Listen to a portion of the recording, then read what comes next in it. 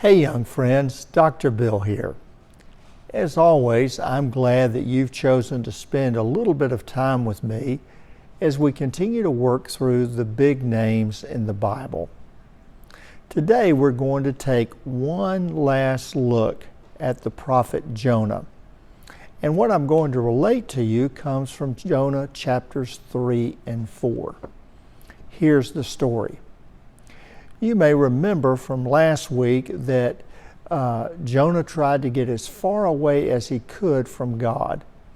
He was on a ship, there was a great storm, and eventually, to make the storm go away, Jonah had the sailors on the ship throw him into the ocean, and there a great fish swallowed him. Well, where we pick up the story now, Jonah has been spit out on dry land. And once again, God comes to him and says, I want you to go to the city of Nineveh and preach there. Well, Jonah, sort of having learned his lesson, obeyed, but he did so grudgingly. He went to the city of Nineveh, and we're told that the city of Nineveh was so large it would take 3 days to walk across it.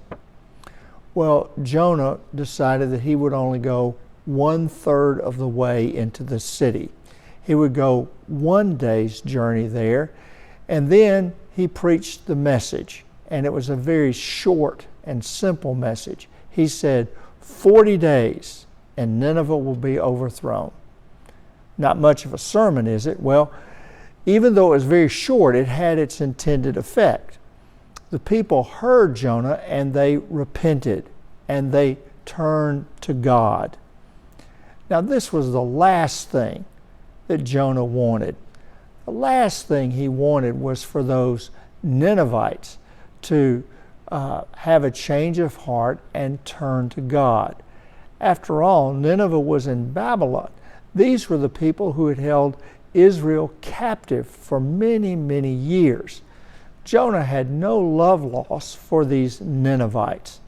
And so when they repented and when they returned to God, well, Jonah had just about had enough. He was very, very angry and very sullen.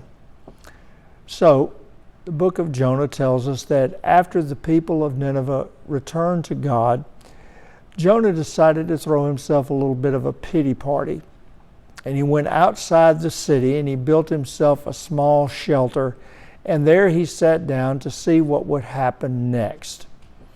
The shelter was effective at keeping Jonah in the shade, but it was still not much protection against the heat and the sun. So as the book tells us, God allowed a very great bush to grow up beside that shelter, and it provided tremendous shade, and Jonah was very happy. Well, one night God sent a worm that began to eat its way through that bush, weakened the bush, and it fell over, died, and withered. And once again, Jonah was exposed to all of the heat and all of the sun. And it's at that point that God and Jonah have a conversation. God shows up to Jonah and says, are you angry that the bush died? And Jonah says, yes, I am very, very angry that this bush, which had provided me some shade, it's no longer there. And in fact, I'm so angry about it, I could just die. Well, God responds with an answer that is really the point of the book. And he says to Jonah, you are angry about a bush, a simple shrub that died. And sure, it took care of you, but it's no longer here.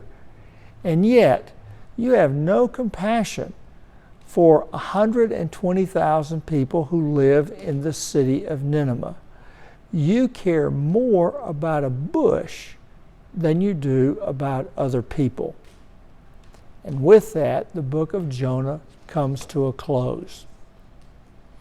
Well, there are a couple of important lessons that we can glean from this part of the book of Jonah. First, the story reminds us that it's important that we obey God.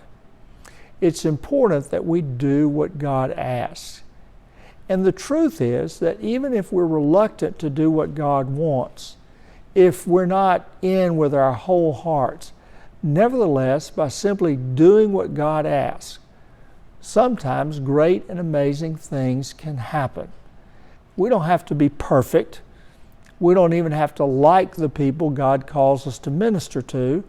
But sometimes, even if we obey, even when we just don't want to do it, well, that gives God an opening to do something great.